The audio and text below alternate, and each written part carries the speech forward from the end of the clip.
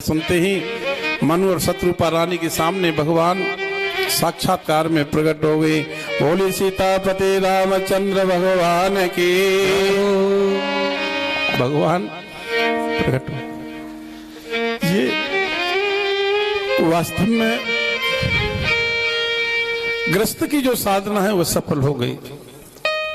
भगवान का दर्शन हो गया दोनों राजा और रानी को। गृहस्थी बन करके, गृहस्थ में रह करके हम साधना कर सकते हैं, भजन कर सकते हैं। आज नेमी शारण का कण कण धन्य हो गया।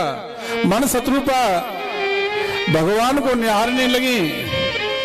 भगवान बोले मनु जी कुछ मांग लो। मनु जी बोले प्रभु अब मांगना क्या शेष रह गया, लेकिन आप कहना चाहते हो, देना चाहते हो तो हम तो संसारी हैं, संसार की मांग करेंगे। भगवान बोले मांगो, जो इच्छा है वो मांग लो। मनु जी बोले प्रभु अगले जन्म में हम दोनों ही पति पत्नी का जन्म देना और आप हमारे पुत्र बनकर के आ जाना। मांग भी देखो, अगले जन्म में हम पति पत्नी बने और तुम हमारे पुत्र बनकर के आओ। भगवान बोले ऐसा ही होगा। यह सुनकर के मनु जी नृत्य करने लगी, नाचने लगे और बोले जय हो प्रभु। भगवान बोले शत्रुपा से, शत्रुपा जी तुम भी कुछ मांग लो।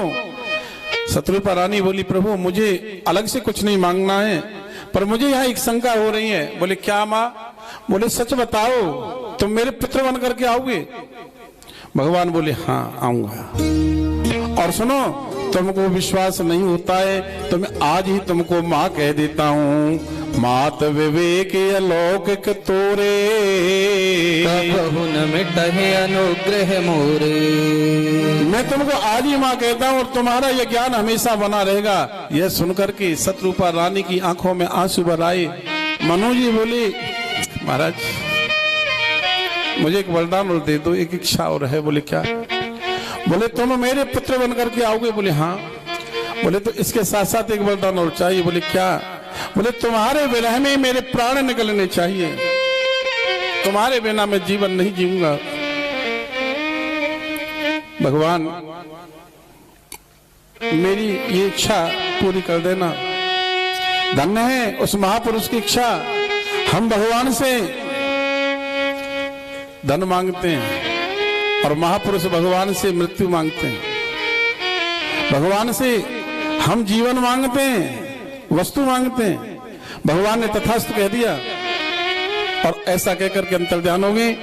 मनु शत्रुपा ने शेष जीवन जिया और योगियों की तरह उनका शरीर छूटा और स्वर्ग की प्राप्ति हुई। स्वर्ग का भोग भोग करके फिर वही अयोध्या में जाकर के दशरथ और कौशल्या बने, जिनके यहाँ भगवान नारायण फिर पुत्र बनकर के आई, राम रूप में आए। यह भी ही भवानी ही गौरा भगवान राम के अवतार का एक कारण है। और एक और कारण है। बोले क्या महाराज? बोले विश्ववेदित एक की कई देशु, सत्य के तुतः बसै नरेषु। धर्म धुरंधर नीत निधाना, तेज प्रतापशील बलवाना। एक नाम का एक देश था। सत्यकेतु नाम की वहां राजा थी, दो उनके पुत्र थे, प्रताप भानु और अरिमर्दन। प्रताप भानु राजा बना और अरिमर्दन जो छोटा भाई था वह युवराज बना। और मंत्री था इनका धर्म रुचि नाम का, जो ईश्वर का भक्त था, सत्यवादी था, सत्यवक्ता था। प्रताप भानु का समस्त पृथ्वी पर शासन था।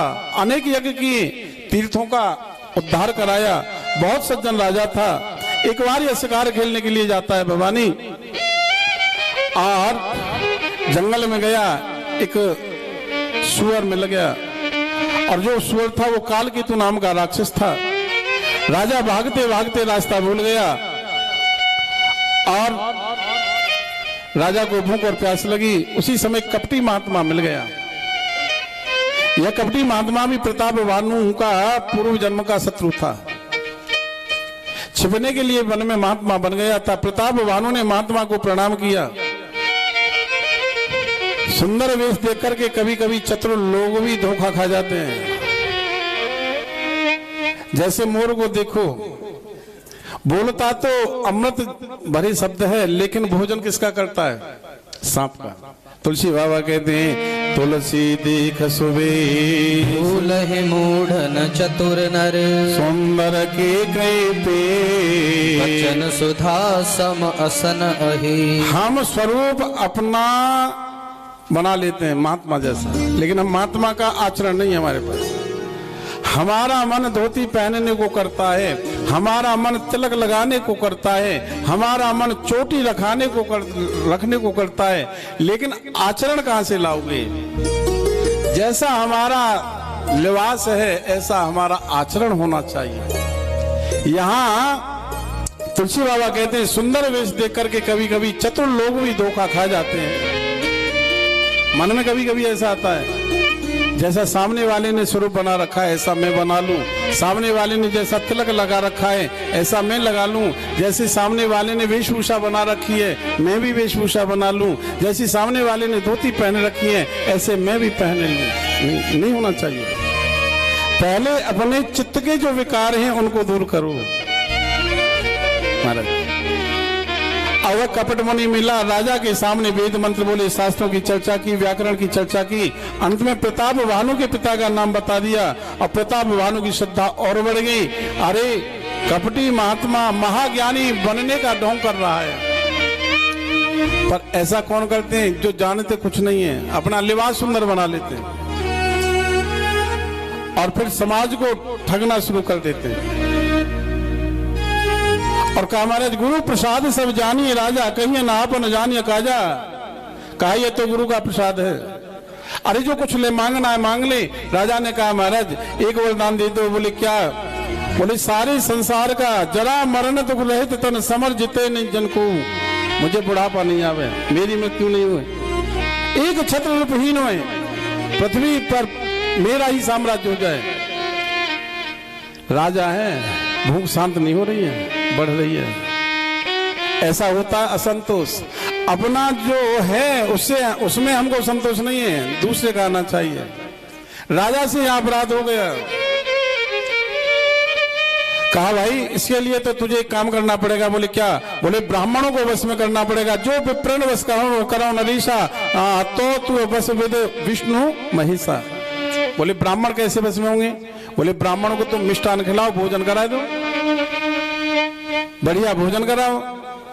अब उस कपटी महात्मा ने कहा मैं भोजन बनाना जानता हूं और 10,000 ब्राह्मणों को आप निमंत्रण दे दो, मैं भोजन बनाऊंगा, रसोई बनाऊंगा, तो महाराज आप मेरे घर चलो। बोले नहीं, जब से मैंने जन्म लिया है तब से अभी तक मैं किसी के नगर में नहीं गया हूं। राजा की श्रद्धा और बढ़ गई। नहीं महाराज आपको चलना पड़ेगा। बोले मैं नहीं जाऊंगा। राजा ने और कहा, बोले ठीक है मैं चला तो जाऊंगा तुम्हारे यहाँ, पर मैं रात में आऊंगा और तुम्हारे पुरोहित का रूप बना करके आऊंगा और ये बात किसी को बताना मत। बोले ठीक है। अब बता दें महाराज रात्रि हो गई थी, अपनी माया से राजा को घोड़ा से वहां भेज दिया राज्य में, राजधानी में, और प्रभात कालीन वेला होते ही वह अपनी माया से वहां आ गया, ब्राह्मणों को निमंत्रण दे दिया और इस कपटी महात्मा ने भोजन बनाया और भोजन में गायों का मांस मिला दिया और ब्राह्मण भोजन करने बैठे। अब संकल्प तो बोल दिया था, तब तक वह मुख में वह भोजन नहीं पहुंचा, मुख तक नहीं लेके, मुख डाला नहीं था। उसी समय आकाशवाणी हो गई, अरे ब्राह्मणों सावधान हो जाओ, इस भोजन को मत करना, तुम्हारा यह धर्म भ्रष्ट हो जाएगा।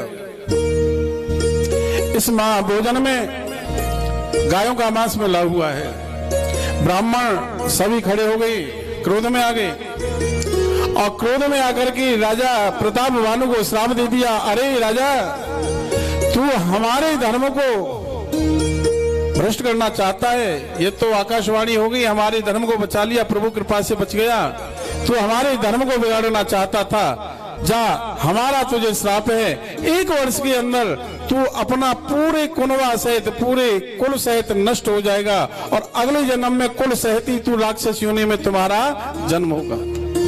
फिर उसी समय आकाशवाणी हुई दोबारा, कहा अरे ब्राह्मणों इसमें राजा प्रताप भानु अपराधी नहीं है। अपराध तो भाई उस कपटी महात्मा का है। मैंने तुमसे ये कहा था ब्राह्मणों भोजन मत करना, भोजन छोड़ दो, लेकिन श्राप तुमने क्यों दे दिया? मैंने श्राप देने के लिए तो नहीं कहा। तुमने श्राप क्यों दिया? पर तुमने श्राप दे दिया तो जाओ, उस श्राप के कारण ये राक्षस तो बनेंगे, लेकिन तुम जैसे संतों को ही है सताएंगे। जितनी अराजकता फैलाने में दुष्ट लोगों का हाथ होता है ना, उतना ही इन संतों की भूमिका होती है। महाराज अब ऐसा बताते हैं, यहाँ 1 वर्ष के भीतर पूरा वंश सहित वह राजा नष्ट हो गया। और फिर दूसरे राजा ने प्रताप भानु राजा के देश के ऊपर आक्रमण किया, पूरा परिवार नष्ट हो गया। फिर वही प्रताप भानु अगले जन्म में जाकर के ही भवानी गोरा रावण बना। वही अरिमर्दन उसका जो छोटा भाई था वह जाकर के कुंभकर्ण बना। धर्मरुचि नाम का जो मंत्री था वह अगले जन्म में जाकर के विभीषण बना है। कौन बना? विभीषण। और सभी परिवार वाले राक्षस बन गए। अब यहां से वर्णन किया भगवान नारायण की नाभि के द्वारा कमल की उत्पत्ति हुई। हे भवानी, अब भगवान के अवतार के कारण मैंने तुमको बताए। अब भगवान का अवतार कैसे हुआ वह सुनो। भगवान नारायण की नाभि के द्वारा कमल की उत्पत्ति, कमल के ऊपर ब्रह्मा जी की उत्पत्ति हुई। ब्रह्मा जी के पुत्र हुए पुलस्त जी, पुलस्त जी के पुत्र हुए विश्वश्रवा, विश्वश्रवा के पुत्र हुए कुबेर। एक दिन की बात है, सुमाली नाम का दैत्य था, उसकी बेटी थी जिसका नाम था केकसी। विश्वश्रवा के पास आई और पत्नी स्थान प्राप्त कर लिया। और केकसी के 2 पुत्र हुए, रावण और कुंभकर्ण। और 3 बेटियां हुई थी, शूर्पणखा, कुंभीनसी और क्रौंची। और इनकी दूसरी पत्नी थी, उससे विभीषण का जन्म हुआ है।